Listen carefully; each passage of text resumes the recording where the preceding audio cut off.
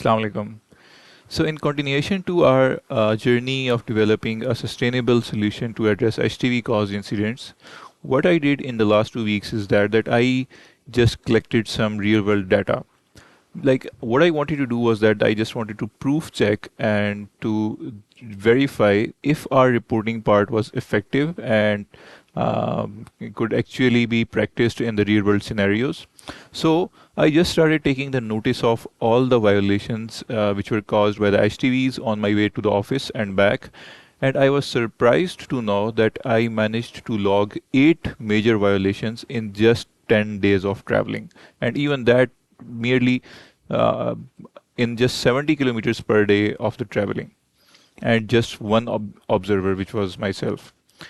And while logging those incidents, what I also considered was I able to identify the registration number of that vehicle? Or like, could I actually read and hold that number in my brain for long enough to enter a report? And in almost all the cases, I was.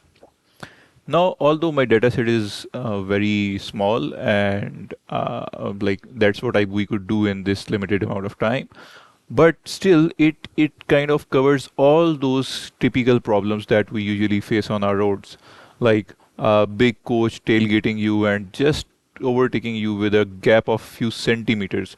Like I could I think you people can also relate to me, especially on the motorways. These big coaches just approach you from the behind, and the driver just bullies you away from his way. So these like in such kind of scenarios, we usually feel entirely helpless. Like sometimes such encounters are just blood boiling. Like you cannot do anything about them. Like they are practically bullying you out of their way, and you have nothing to do. Like you have no power over them, and they continue to do that for the I would say rest of their lives.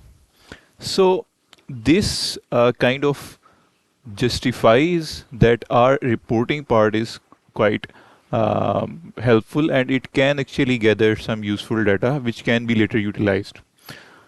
Now, another thing which I took out from this data is that on average, one person will be encountering around maximum of 5 to 7 such incidents per week. So in our tool, we are going to uh, establish a limit of reports which a certain individual can submit. Now, why do we need this? Because whenever you bring something out in the market, or like whenever you launch something, there are two kinds of audience: one who wants it to be successful, and the other one which does not want it to be successful. So in order to avoid the false reporting from the false observers or the brute force attacks, what we will be doing is that we will be limiting 10 reports per week per user. Now, in this way, no one can do a brute force attack uh, through if this limit is in place. And at the same time, we will be getting enough genuine reports to address these problems in the long term.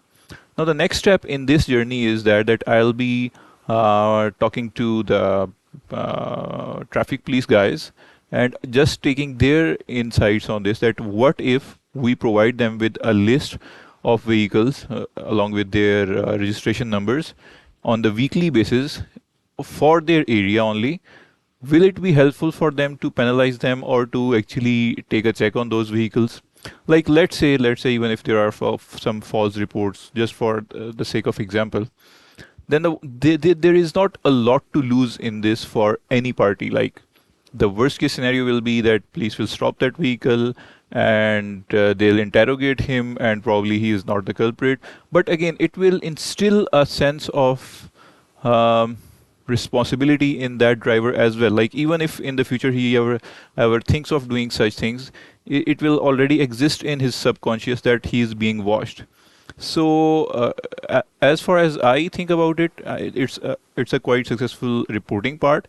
Now let's work on the second thing, the second side of the picture, which is the actual action against the reports. So see you soon. Thank you.